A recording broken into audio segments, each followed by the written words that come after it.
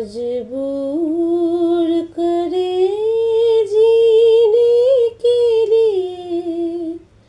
जीने के लिए सागर भी तरसते रहते हैं। तेरा रूप का रस पीने के लिए जीवन से भरी तेरी आँखें।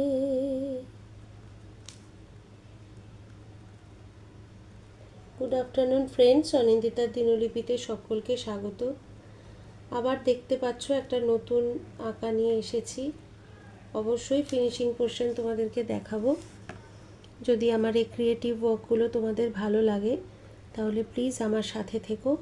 আবার কোনো একটা নতুন ক্রিয়েটিভ ওয়ার্ক নিয়ে তোমাদের সামনে আসবো। ততক্ষণের জন্য টাটা।